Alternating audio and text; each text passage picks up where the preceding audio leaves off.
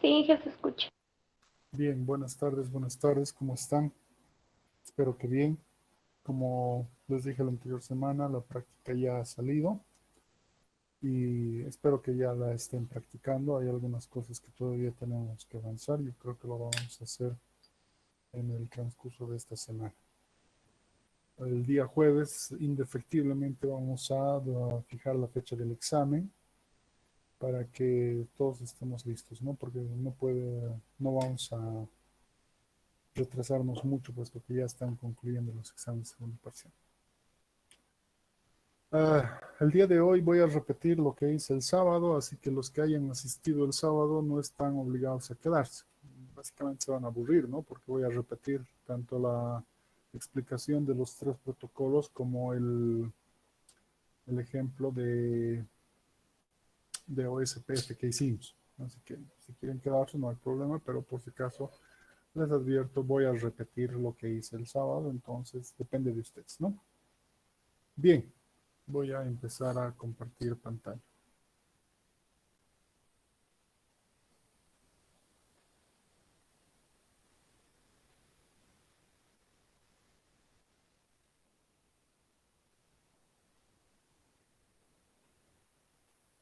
Bien, vamos a empezar con esta parte teórica, en el sentido de que hay que repasar un poquito los protocolos que estamos estudiando, puesto que hay un poco de falencia en este sentido, ¿no? La teoría que nos han enseñado en redes uno como que no ha terminado de aterrizar. Entonces, yo necesito específicamente que sepan de lo que estamos hablando en esta parte. Vamos a empezar con RIP. Para que podamos entender bien, habíamos definido lo que era un sistema autónomo, ¿no es cierto? Un sistema autónomo es un conjunto o tramos de redes administrados bajo una misma política en el cual sus recursos pueden estar disponibles en el mismo sistema autónomo o para otros sistemas autónomos.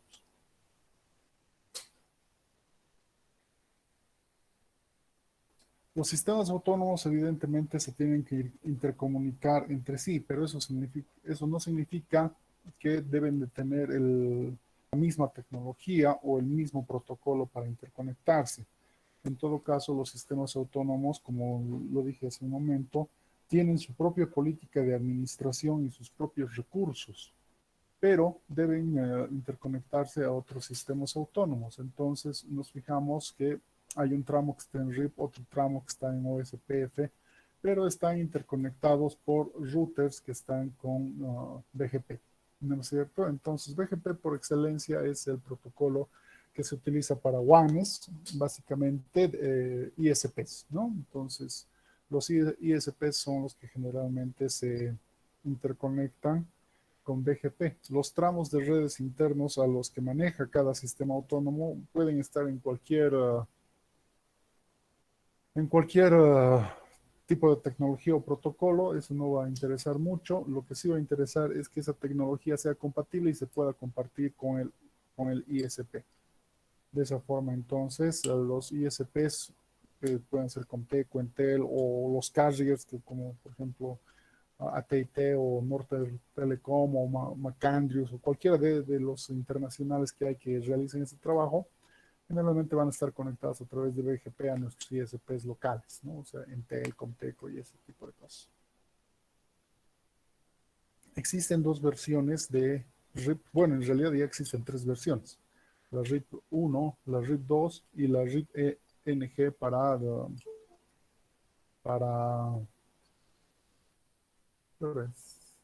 no, ya no. La RIP NG para IP versión 6. Nos fijamos que las cabeceras son prácticamente las mismas, no varían en su estructura, pero lo que sí varían es específicamente en que en RIP versión 2 ya se maneja etiqueta de ruta y también se maneja máscara de subred y siguiente salto. Esto específicamente para poder manejar subredes, ¿no? Entonces, subredes básicamente es subneteo, lo que han aprendido en redes 1. RIP versión 1, por lo tanto, no maneja este tipo de redes subneteadas, solamente va a manejar redes completas. Entonces el subneteo no está soportado por RIP versión 1, solamente por RIP versión 2 y evidentemente RIP NG.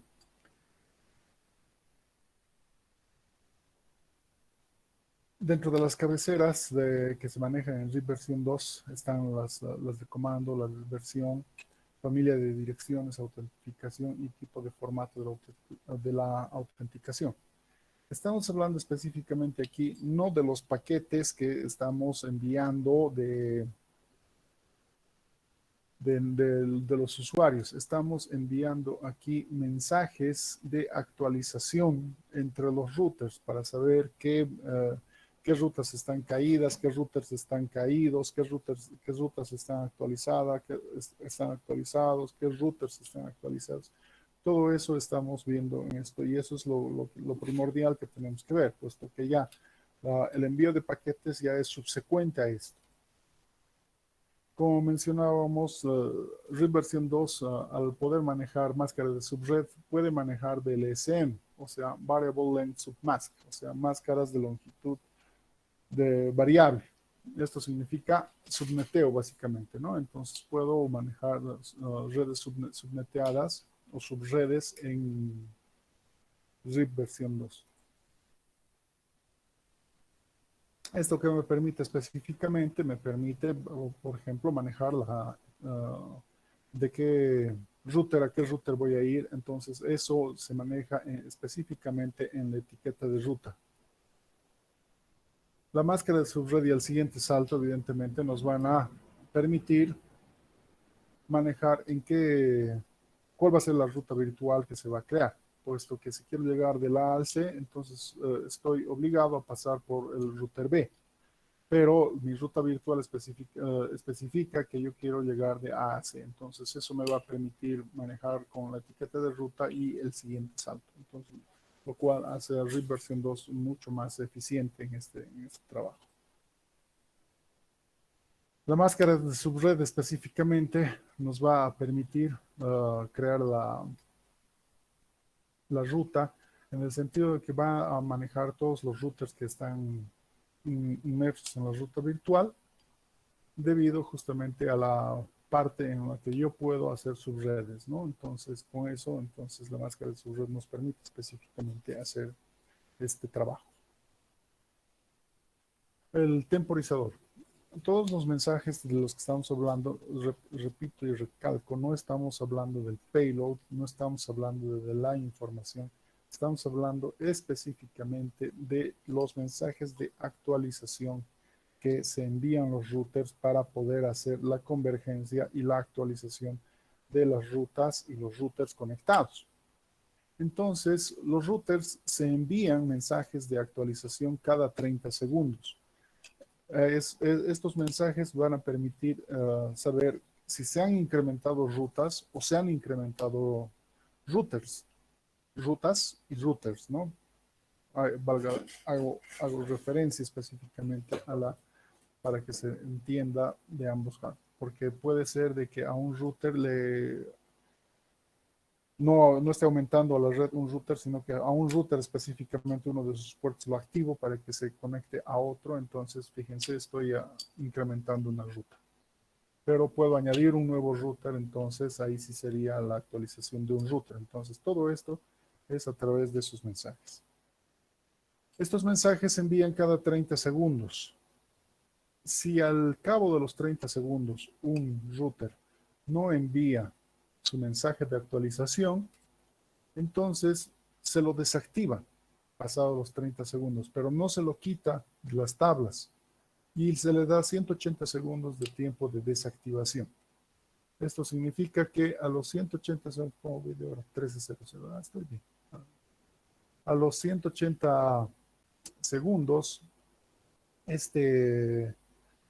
se le van enviando mensajes y se espera que el router recupere, porque puede ser que se haya apagado la luz o se hayan caído las rutas, algo puede haber pasado. Entonces se espera 180 segundos para que el router reaccione, pero temporalmente este router ya está desactivado. Y finalmente, si en 300 segundos no ha respondido el router, entonces en el siguiente salto que conocían los routers A y C, determinan que el router B está en el salto 16, o sea, en el salto de la muerte. De esa forma es retirado de la red y se tiene que reconfigurar las rutas para que pueda continuar la red. En este caso no se puede, no es posible porque era principal el B, ¿no? No había otros routes alternativos. Pero eso significa que pasados los 300 segundos, el router ha sido borrado de la tabla de enrutamiento. ¿Ok? El problema principal que tiene tanto RIP versión 1 como RIP versión 2 justamente es el salto 16, en el sentido de que las redes RIP solo pueden manejar hasta 15 routers. Eso desde redes 1 hasta redes 2, e imagino también que en el RIP NG, ahorita lo estoy estudiando, y supongo que el siguiente semestre ya también entraremos a RIP NG de IPv 6. Pero está hasta ahora confirmado de que RIP igual no puede soportar más de 15 routers conectados. Entonces el router 16, aunque lo conecte físicamente, no lo va a poder ver RIP, solamente va a poder ver hasta 16 routers. ¿Ok? ¿Dudas sobre RIP?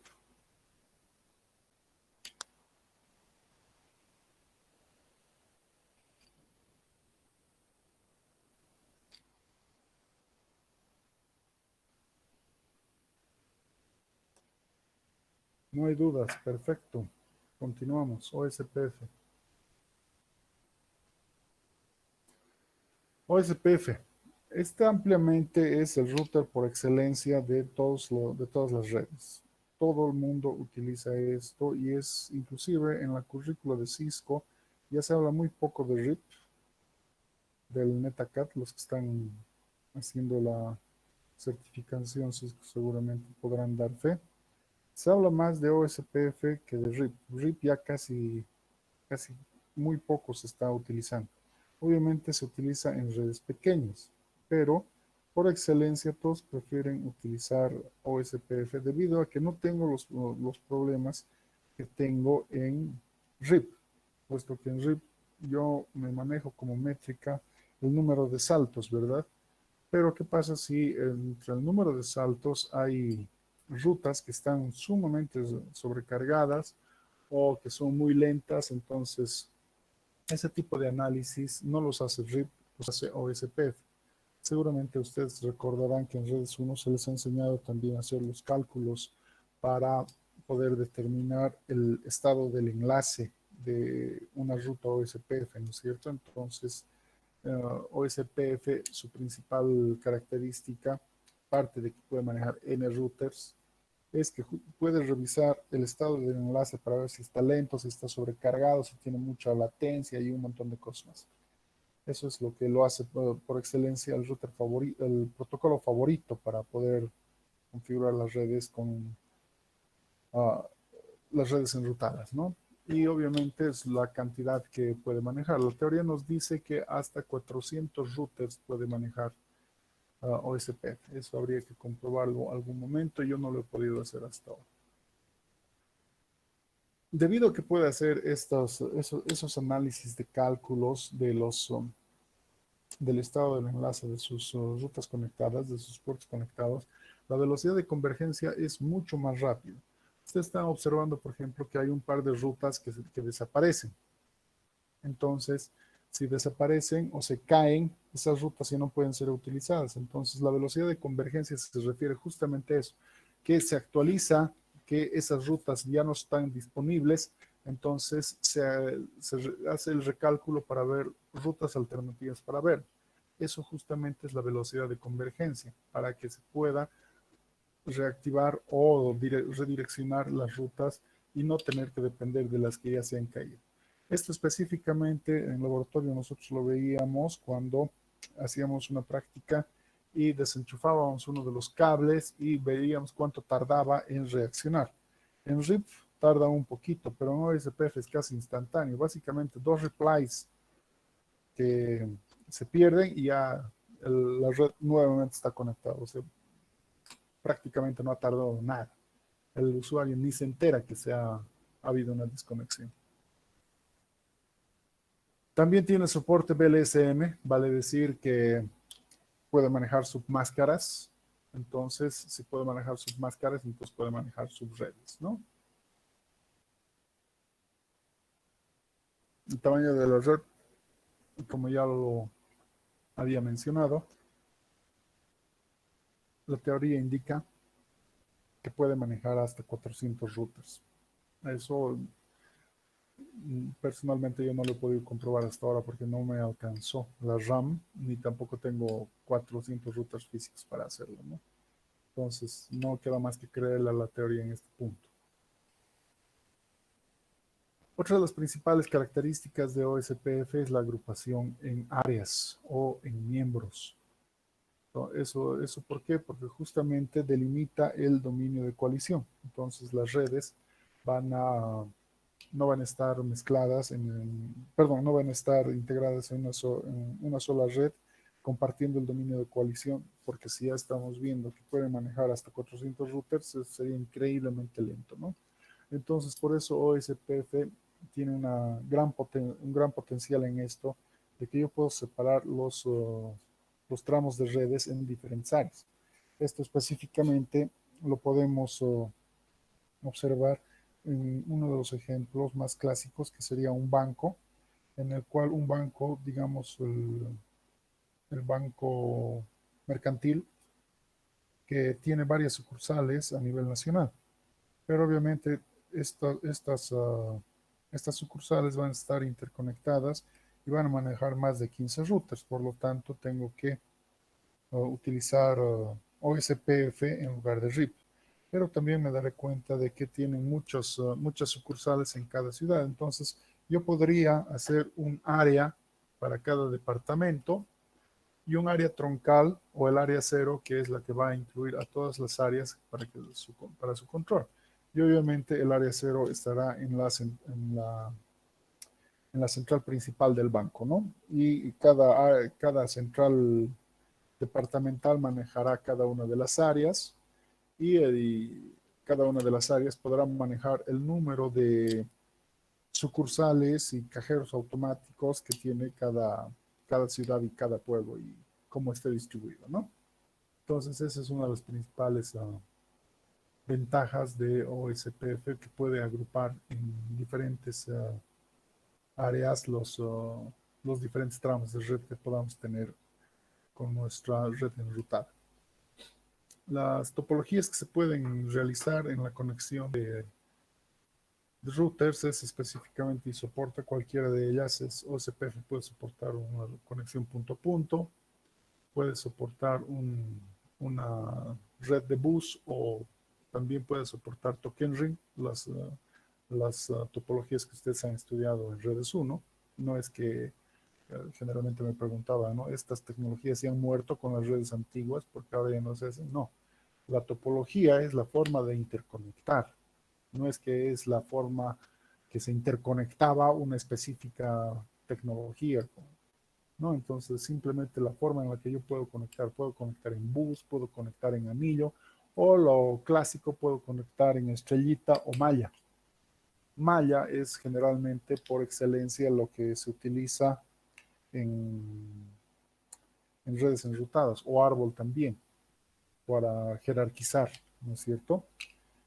¿Por qué? Porque necesito hacer la interconexión redundante de los routers. En este caso, estamos viendo que cada router tiene una conexión de 3. En caso de que se caiga una de las rutas, entonces por la otra ruta se puede hacer el recálculo y la red continúa conectada, ¿no? Entonces, en este caso estamos viendo una redundancia de 2, perdón, porque la principal no se toma en cuenta, una redundancia de 2 de cada uno de los routers. Puede tener una redundancia o 2 redundancias o hasta más redundancias, dependiendo de qué tan segura quieres hacerla la red y dependiendo qué tan problemático puede ser los tramos de red que se están interconectando, porque puede haber problemas en la conexión, ¿no? Entonces, por eso se le coloca redundancia a la red. ¿Cuáles son los estados de los routers que están interconectados con OSPF? El primer estado es down, que es específicamente cuando se está cargando el router, vale decir cuando lo estás encendiendo, carga el iOS y todo lo demás, ahí está en estado down. Todo se está cargando, se está reconociendo puertos, el hardware y todo. Una vez que todo eso está completo, se ha inicializado, pasamos al estado init, con donde en el estado init empieza a mandar mensajitos hello hasta que les respondan. Y obviamente va a seguir enviando para poder conocer a sus vecinos. Entonces, quien les responde establece una ruta con él y pasa a estar del estado init al estado two-way. Entonces se empiezan a enviar mensajitos con el router que le ha respondido para establecer una conexión. Esto me permite determinar específicamente quién va a ser maestro y quién va a ser esclavo. ¿Por qué? Porque el que está recién ingresando a la red no tiene nada de los routers que están activos, ni las rutas que están activos, nada, absolutamente no conoce de la red, entonces tiene que conocer, para lo cual tiene que volverse esclavo y el que le ha respondido tiene que volverse maestro y así le pasa toda la información que este router pueda requerir para poder reenviar toda la información que tiene de la red. Este es el estado Xstart. En el estado Exchange, los routers ya empiezan a intercambiar justamente todo eso, ¿no? La base de datos, los puertos, los estados y todo lo demás para que pueda el router ingresar a la red. Este estado es el estado Exchange, por si acaso, donde están intercambiando prácticamente la base de datos que tiene de todos los routers que están interconectados en la red. Luego en el estado loading es donde se empieza a intercambiar y actualizar justamente la solicitud de estados de enlace, los estados de enlace propiamente dichos y los acusos de recepción que se han hecho de todos los integrantes de la red. En este caso, en el loading, se cargan específicamente todos los routers que están activos y sus rutas que están activas en ese momento para que el router que está ingresando a la red los conozca definitivamente. Y una vez que se ha hecho eso, se pasa a adyacencia completa, que es el router ya está completamente activo e informado de todo lo que está sucediendo en la red. Eso significa que todos los estados previos son cuando el foquito del el foquito del router está en naranja. Y cuando ya se pone en verde, está en adyacencia completa, o sea, ya ha hecho convergencia con todos los tramos de red que requería y ya se puede utilizar para el reenvío de información. ¿Ok? Tiempo. Ya estamos bien todavía. Voy a apurarme un poquito más para poder hacer la práctica de OSPF. Los roles de los routers. En un segmento de red configurado con SPF siempre va a haber un router designado, que es el que realiza todo ese intercambio de todos los mensajes que vimos hace un momento, ¿no? Del estado init, exchange, two-way, todo eso. Por si acaso se cayera el router designado, existe un router designado backup. En caso de que se caiga el principal, entonces el designado ingresa ahí, ¿no? El resto de los routers se denominan routers internos. Entonces tengo un router designado como principal, otro router que es su backup y el resto son routers internos, por si acaso. Tengo también un router troncal, que generalmente este rol lo realiza también el router designado. ¿Quién es el router troncal? Es el que se va a conectar a las diferentes áreas con el área 0.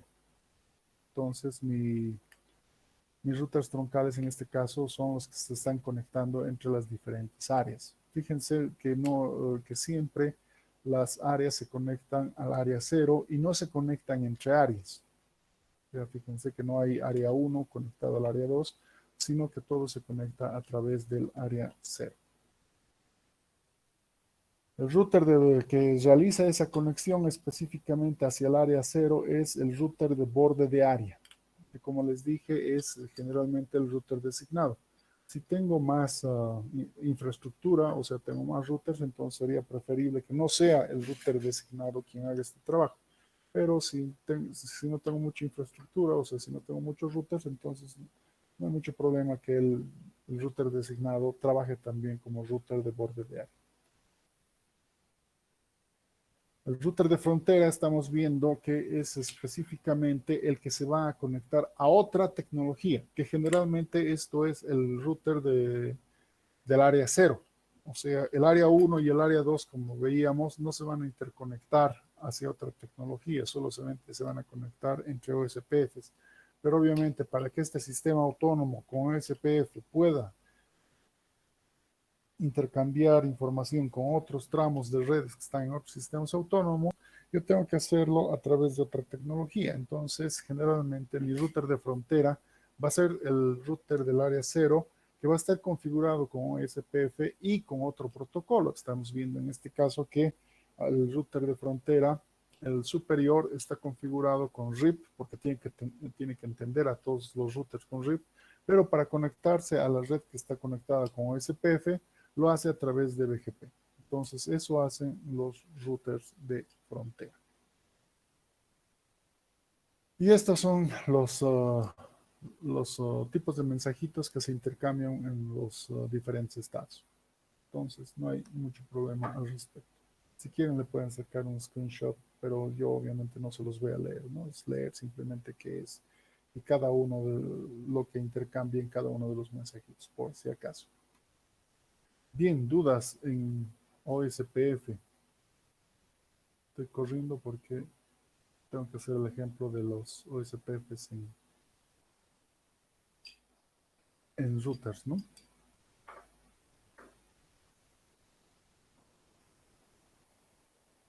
Bien, no hay. BGP. BGP específicamente, Border Gateway Protocol, es para interconectar ISPs, o sea, WANs, diferentes sistemas autónomos a diferentes sistemas autónomos. Va a ser muy difícil que yo ocupe BGP para poder interconectar al interior de un sistema autónomo, puesto que, como ya habíamos visto en una clase anterior, si quiero utilizarlo BGP como interno, entonces su carga administrativa ya crece exponencialmente. Pero si utilizo RIP o SPF, entonces la carga administrativa es menor. Entonces, por eso es que BGP generalmente se utiliza para la interconexión entre WANs. Básicamente, Comteco se conecta a Entel por BGP, Entel y Comtec se conectan por BGP hasta Claro en Perú o Ibratel en Brasil y así sucesivamente, ¿no? Y al interior de esos ISPs hay varios tramos de red, ¿no? Para decir, el Banco Mercantil puede estar en OSPF, el ICE Norte puede estar con RIP y así sucesivamente. Pero Comteco tendrá que interconectarse a AT&T o a satélites o donde se esté conectando hacia afuera a través de BGP. Eso es lo normal. Aquí está, ¿no? Entonces puedo utilizar BGP interno, que puedo al interior de un sistema autónomo, pero para interconectar diferentes sistemas autónomos debo hacerlo con BGP externo. Si ustedes están estudiando, entonces se darán cuenta que OSPF tiene una carga administrativa de 110, RIP tiene de 120, perdón,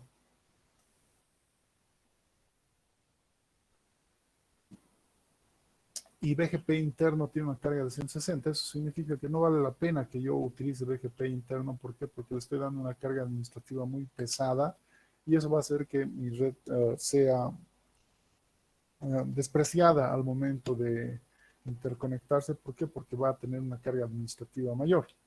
Entonces, cualquier tramo que esté conectado con IBGP, el BGP interno, entonces van a preferir obviar todo ese tramo e irse por tramos como RIP o por tramos como SPF porque tienen carga administrativa menor. Pero en BGP externo no, ¿no? Entonces, BGP externo a la fuerza tienes que utilizar BGP externo, considerando que su carga administrativa también es mucho menor. Ahora, los mensajes que se envían los routers para poder mantenerse actualizados e intercambiar información. Sus mensajes evidentemente tienen el IP, la máscara, pero lo principal son los atributos que se intercambian para mantenerse actualizados. Están el atributo ASPAT, el next hop, el community, el local preference, el multi-exit discriminator, el origin y el weight, que nos van a permitir mantener actualizadas nuestras rutas, ¿ok? En este caso, por ejemplo, estamos viendo un ejemplo de cómo se van intercambiando las rutas en un BGP interno. Pero cómo específicamente funciona. Entonces, el router recibe en su tabla de anuncios los IPs que están trabajando en las redes. Si en la tabla de anuncios se repite muchas veces la misma IP, entonces esta, este IP pasa a la tabla de enrutamiento, puesto que se ha utilizado muchas veces, ¿no? Básicamente aquí se repite mucho un tramo, entonces pasa a la tabla de enrutamientos para que se pueda hacer. Si no se repite, entonces la ruta es descartada, porque solamente se ha utilizado una vez. Entonces, la tabla de enrutamientos es la que se va a compartir entre todos los routers que están conectados BGP para que todos sepan que esa ruta puede ser utilizada por todos para que se interconecte todo ese tramo de red específicamente. El atributo ASPAT justamente lo que significa es en que el router del sistema autónomo A quiere llegar al router del sistema autónomo E. Entonces el ASPAT va juntando por todos los sistemas autónomos que va pasando. Eso significa que se crea la ruta específicamente entre A y E. Entonces, esto va a ser para poder intercambiar la información entre el sistema autónomo A y E, sabiendo que hay que pasar por el sistema autónomo B, por el sistema autónomo C, por el sistema autónomo D, hasta llegar a E. El origin es lógico, su nombre lo indica. En todo el tramo que se está siguiendo, que se ha hecho con ASPAT, se mantiene el origen para saber quién es el que está realizando la solicitud. El next hop se va actualizando en cada router de sistema autónomo para saber quién es el siguiente salto para que se pueda seguir la ruta que se ha determinado con ASPAT. Entonces, fíjense, se va cambiando en cada salto en el mensaje para que se pueda ver que next hop se va actualizando, ¿no? El weight específicamente se determina con el peso de cada uno de los tramos de red. Estos pesos son los que les han enseñado a ustedes en redes 1 a hacer el cálculo de los pesos, pero también tiene que tomarse en cuenta la carga administrativa de cada uno de los protocolos que están configurados en estos puertos. Ahora nosotros ya sabemos que un router no solo puede estar configurado con un solo protocolo, sino que puede estar configurado con varios protocolos, ¿no es cierto? El local reference es entonces, junto con el atributo weight, que es el peso, van a crear específicamente el tramo de red virtual en el cual se va a utilizar para que se haga una referencia local de esto que va a ser mi ruta virtual para intercambiar la información. El community justamente va a generar esta comunidad que se ha generado para poder hacer la comunidad del tramo virtual que en cuestión que se está formando para poder intercambiar la información. El formato de los mensajes BGP específicamente tiene, recuerden, no estamos hablando del payload del usuario, estamos hablando de los mensajes de actualización. Estos formatos de mensajes BGP tienen tipo, longitud y marcador. En el tipo tenemos la versión, el sistema autónomo, el identificador BGP, la longitud de parámetros y los parámetros de operación. Además de la longitud de rutas retiradas, o sea, se mantiene una base de datos con todas las longitudes de rutas retiradas, las rutas retiradas en sí, la longitud total de atributos, los atributos del camino y la información de accesibilidad. Además de códigos de error y si hubiera un subcódigo de error. Pero también tiene el keep alive, que son los marcadores, longitud y tipo de los mensajes. No sé si alguien tiene alguna duda de BGP.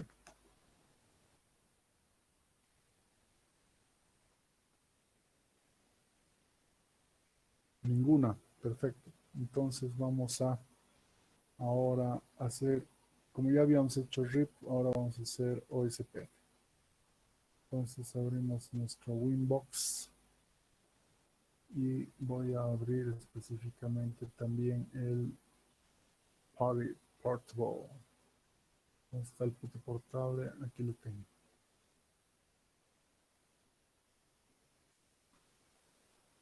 Voy a enchufar todo lo que tengo que enchufar ahora. Un segundito, por favor.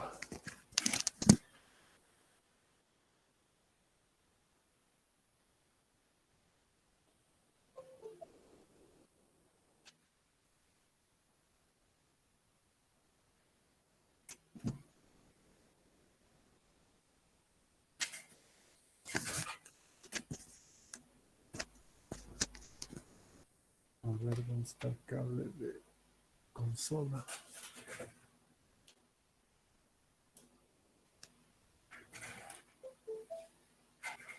¿Dónde está nuestro laboratorio que estamos haciendo constantemente? A ver, ¿dónde estás, corazón? ¿Dónde te palpita? Yo quisiera llorar, no tengo más llanto. Aquí está.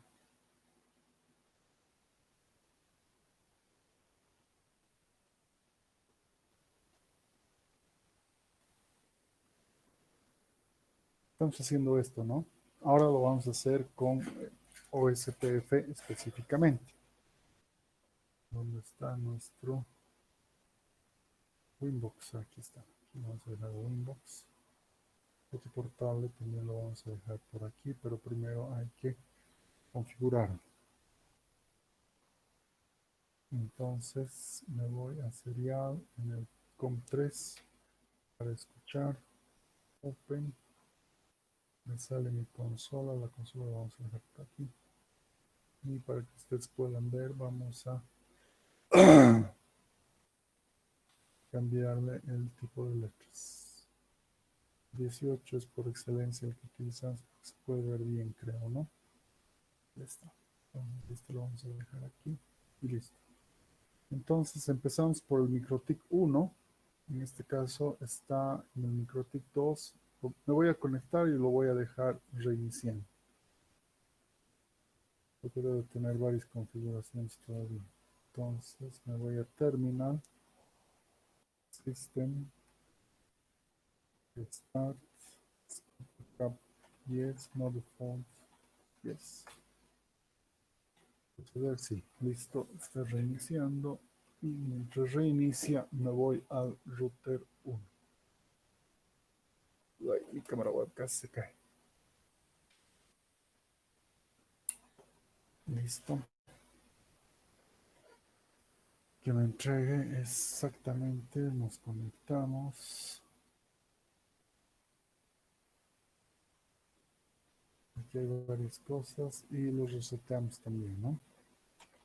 System, Start, Start, Yes, no default, Yes. Vamos a ver si, listo. Entonces, vamos a esperar a que nos devuelva el router.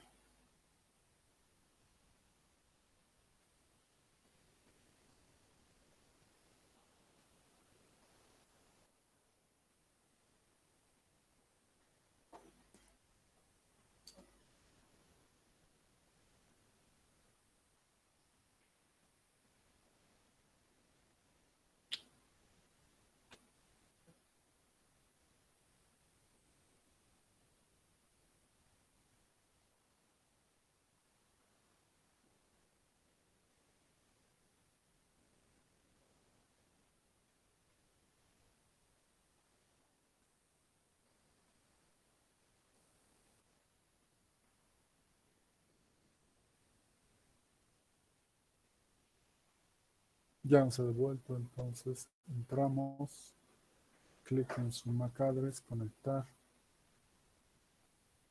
y ya está. Entonces, lo primero que tenemos que hacer aquí es colocarle su identificador al MikroTik. Entonces, para colocarle su identificador al MikroTik, nos vamos a ir a Bridge, aquí en el menú, y en Bridge le damos más, y le damos loopback. Nada más. Apply y OK.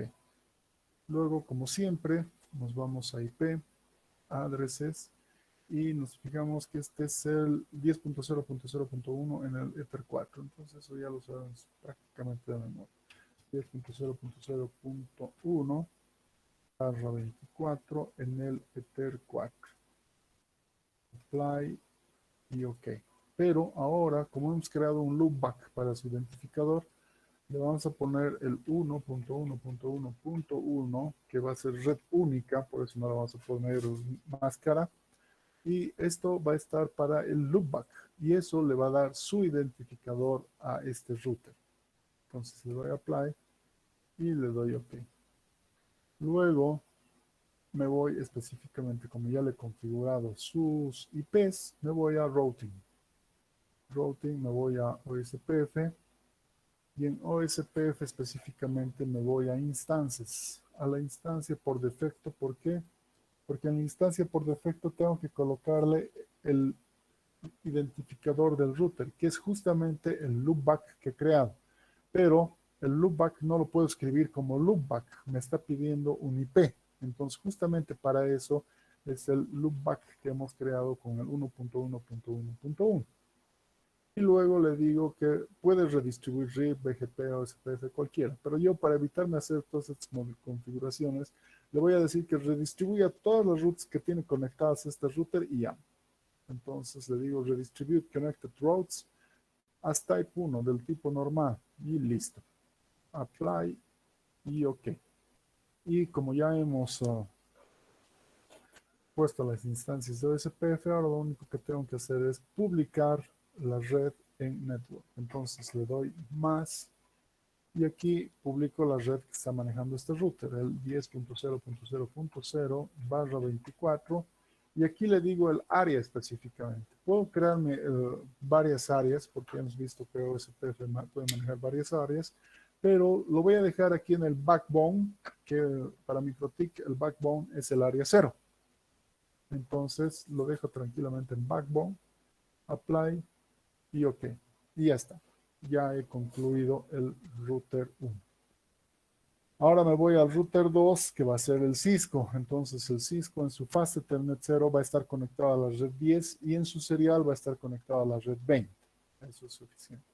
Entonces encendemos el router. Listo, para que no tardemos mucho que se esté encendiendo el otro también.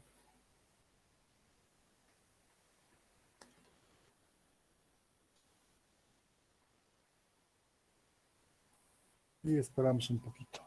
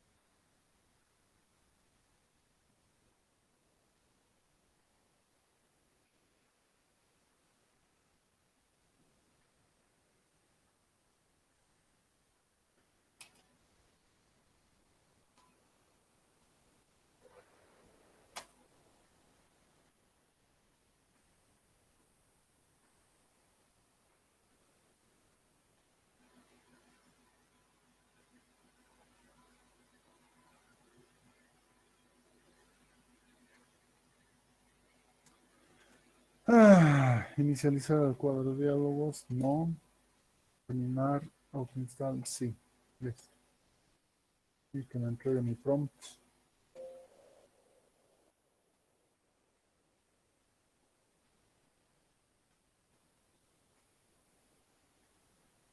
Ya está. Entonces aquí hacemos lo mismo. Primero colocamos las IPs en sus puertos correspondientes y luego publicamos las redes y ya está. Entonces, enable, configure terminal, interface, fast Ethernet 0, IP address, es la 10.0.0.2, 255, 255, 255.0. Shutdown y me salgo de aquí. Y ahora entro al serial. Interface serial 0. Y esta está en la red 20, ¿no? Entonces IP address a 20.0.0.1, 255, 255, 255.0. Shutdown.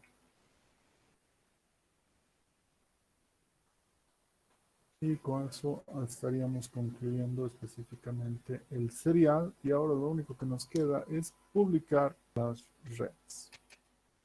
¿Cierto? Entonces abro mi primera instancia de OSPF, router, OSPF 1 y publico las redes. Network, la 10.0.0.0, esa es la red que conoce. Hasta aquí es básicamente el como RIP, ¿no es cierto? Pero ahora le tengo que dar el wildcard. Entonces le pongo su wildcard 0.0.0.255 y también le tengo que dar el área al que pertenece, en este caso área 0. Y lo mismo hago para la red 20. Entonces network 20.0.0.0, 0.0.0.255, área 0. Y listo. Y con eso he terminado este router. Ya está. Ahora me voy a ir al otro router. Desconecto consola. Conecto consola.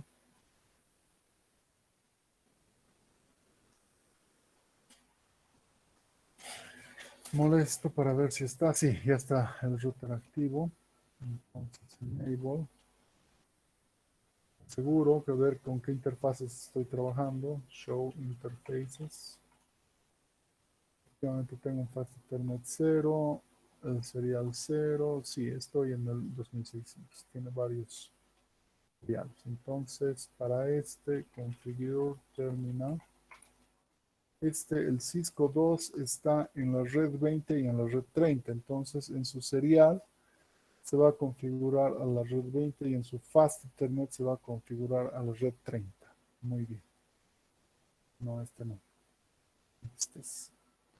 Entonces, interface serial 0, IP address 20.0.0.2, 255, 255, 255.0. No shutdown. Va a terminar de levantar de todo el puerto. Perfecto, se ha levantado. Le doy exit y ingreso ahora al Fast Ethernet. Interface, Fast Ethernet 0. IP address está en la red 30. Entonces 30.0.0.1, 255, 255, 255.0. Notch down. Y le doy exit. Y ahora lo único que me falta es publicar las redes en OSPF. Router,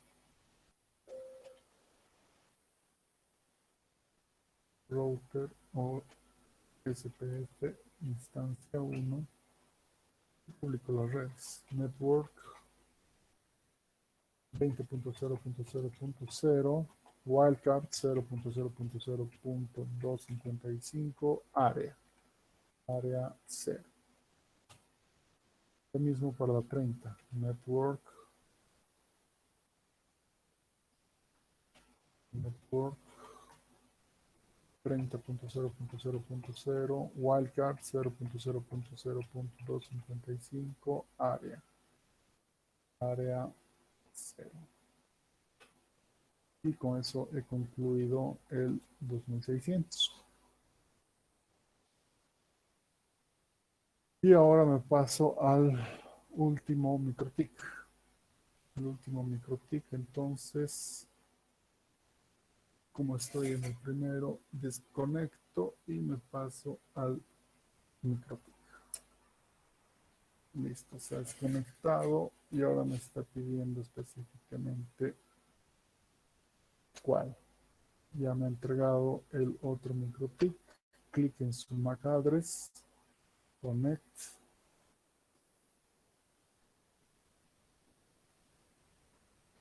Ya no tiene nada, entonces cerramos todas sus instancias y ya está. Entonces, como siempre, como habíamos dicho en MikroTik, le vamos a colocar un bridge. Al bridge le doy loopback, apply, ok. Me voy a IP addresses y aquí está en la 30, entonces 30.0.0.2/24 en la Ether 4. Apply, ok. Y su identificador. Este es el cuarto router, entonces el 4.4.4.4 al loopback. Apply y ok. Listo, con eso ya está. Ahora me voy a routing. Routing OSPF. A las instancias, me voy a la instancia por defecto y aquí le pongo su identificador, el que acabo de crear para el loopback. 4.4.4 y le digo que redistribuya todas las routes conectadas. Apply. Ok.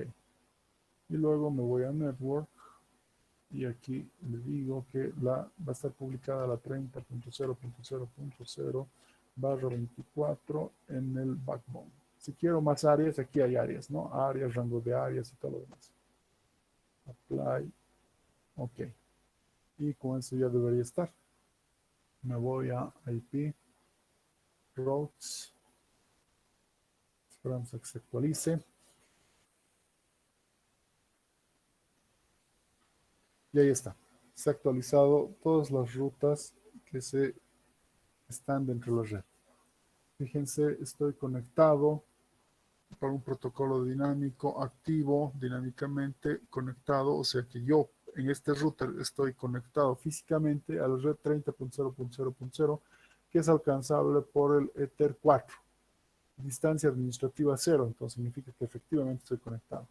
Pero también conozco dos redes por OSPF, fíjense, Dynamic, Active y la OSPF conoce a la 10.0.0.0 y la 20.0.0.0, que son alcanzables, reachable, a través del 30.0.0.1 por el Ether 4.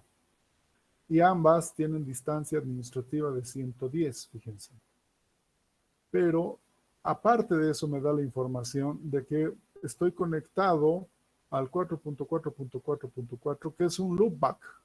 Fíjense, entonces 0, entonces este soy yo, el 4.4.4. Pero hay otro que está identificado también, que lo he aprendido por OSPF, que es el 1.1.1, que es reachable por el Ether 4 30.0.1.0.1 y tiene una distancia administrativa de 110. Eso significa que es otro router que está identificado. Ahora, supónganse que nosotros tenemos unos 30 o 40 routers interconectados en OSPF. Lo terrible de no colocarle el identificador es justamente que no voy a saber dónde están interconectadas esas redes, porque con esta información yo sé que tengo dos microtics a los cuales les he colocado su identificador, que están en el 1.1.1 y en el 4.4.4. Pero específicamente no sé de dónde me viene la red 20, ¿no? que la red 20 la están manejando específicamente los dos Ciscos. Y a los Ciscos no les he colocado su identificador de red. Entonces, específicamente yo intencionalmente no le he colocado justamente para que vean lo problemático que sería no colocarle identificadores a los routers en OSPF, porque debido a la cantidad de routers que se pueden interconectar, sería catastrófico no hacerlo. ¿Ok? ¿Dudas? Casi justo a tiempo. Hemos corrido, pero ha valido la pena.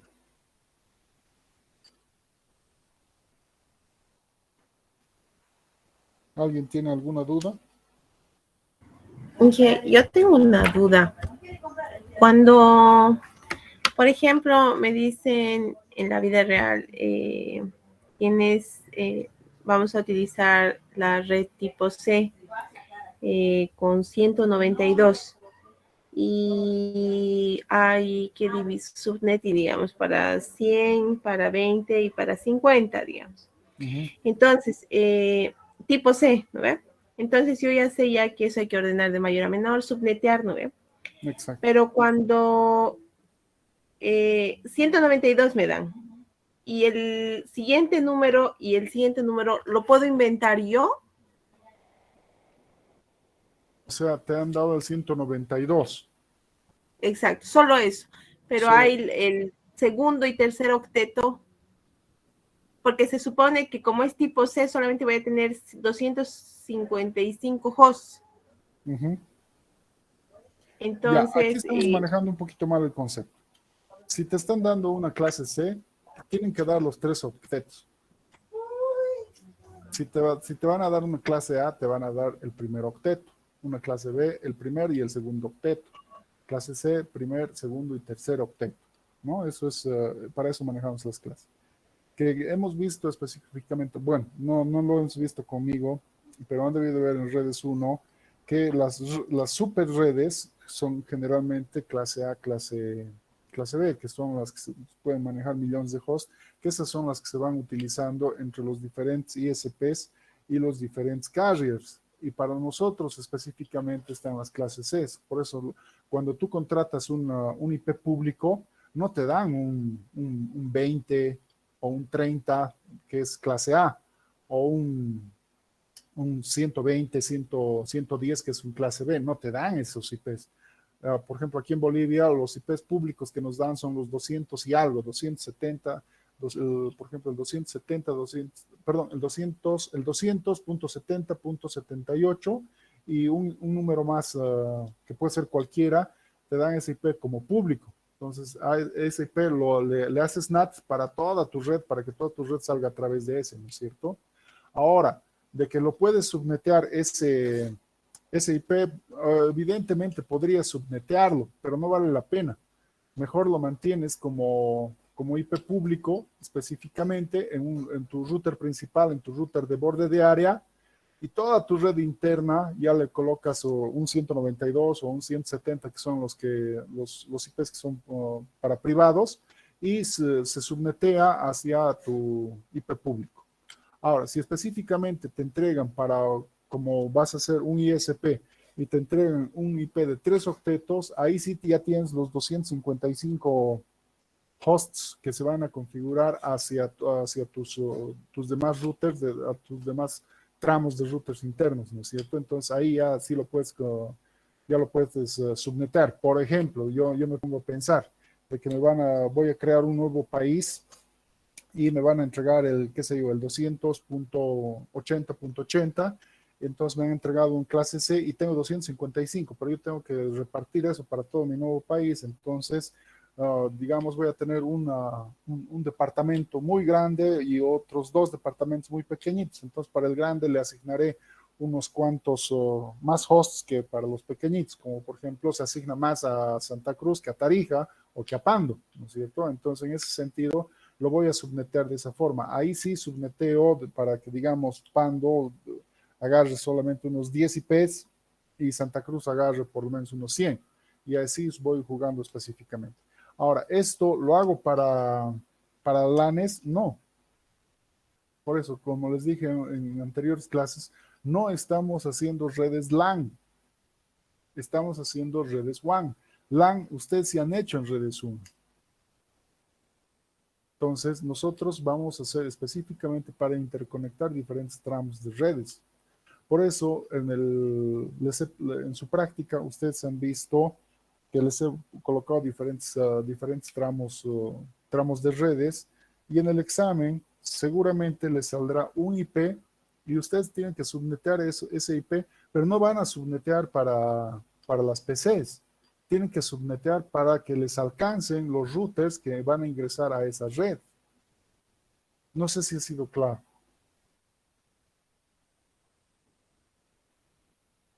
¿O te he confundido más? Sí, está bien, Inge, está claro.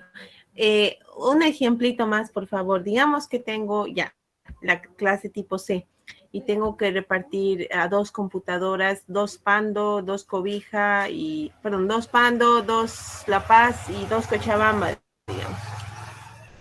Esos 255, porque tengo harto y solamente necesito 6, ¿me conviene dividirlo entre 3 o me conviene sacar 4 hosts para Pando, 4 hosts para La Paz y 4 hosts para Cochabamba? ¿O me conviene dividirlo los 255 entre 3, que sería 0,64, del 64 al 128 y así? Ya.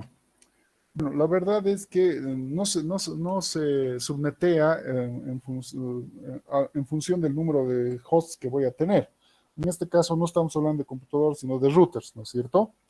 En ese sentido, si yo tengo dos routers para Pando, 2 routers para Beni y digamos unos 30 para Santa Cruz, estoy haciendo el tramo del Amazonas. Mal administrador sería yo si hago específicamente para dejar a Pando con 2 y Beni con 2 y 30 para Santa Cruz, cuando tengo un montón de IPs. Pero, ¿por qué? Porque obviamente les han debido decir en redes 1 también, todas las redes deben ser escalables. ¿Eso qué significa? Que si Pando necesita 2 y yo le doy 2, y de aquí a 1 o 2 años necesita algo más, ahí estoy frito. ¿Por qué? Porque solamente le he dejado 2. Entonces, las redes las puedo dividir en varios múltiplos, ¿no es cierto? Esto es lo que les preguntaba, por ejemplo, no sé si les he preguntado a ustedes, pero les preguntaba así. 100, vamos a utilizar el 200. 200.70.78.0/24. ¿Cuántas redes puedo hacer con eso? Esto he colocado en el chat por si acaso.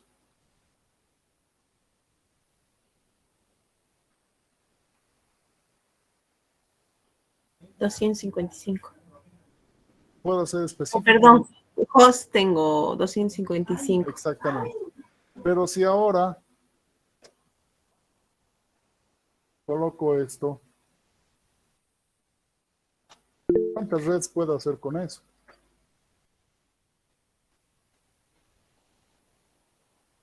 128. No, puedo hacer 2 redes. Con barra 24 hago una red con 254 hosts. Con barra 25 hago 2 redes con 127 hosts cada uno.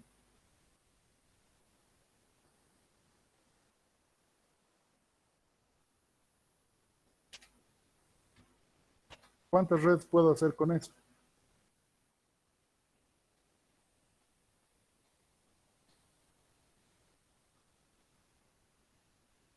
4. 4 redes. Y así, según le vaya robando yo bits a la máscara, puedo hacer varias subredes. Si no le robo ninguno, entonces hago específicamente una sola red. Si le robo un bitcito, hago 2 redes. Si le robo 3 bitsitos, hago 4 redes. Y así sucesivamente hasta completar los 30 bits, ¿no? Porque más de eso robar tampoco ya no sirve, porque me da solamente un host sin broadcast, entonces no vale la pena. Entonces, cuando yo vaya a subnetear, específicamente, si voy a dejar a Pando con 2, significaría que le voy a dar una máscara de 29. No vale la pena. Entonces, generalmente lo que se utiliza es máscara 27, máscara 28, para que cada región tenga por lo menos unos 10 routers mínimo o 10 hosts mínimo. Aunque necesite 2, pero ya tiene 8 para crecer. Y así sucesivamente. Obviamente, entonces, a Pando le voy a dar 8, a Beni le voy a dar 8 y a Santa Cruz no le voy a dar 30, sino, digamos, le voy a dar 60.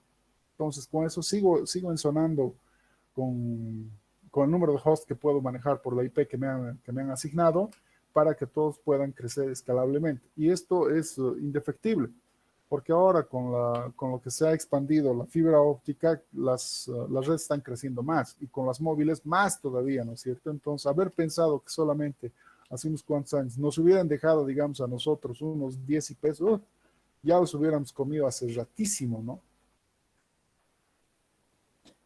Ahora no sé si ha sido claro o te he confundido más. Está claro, Inge. Gracias. Ok. ¿Alguien más tiene alguna pregunta?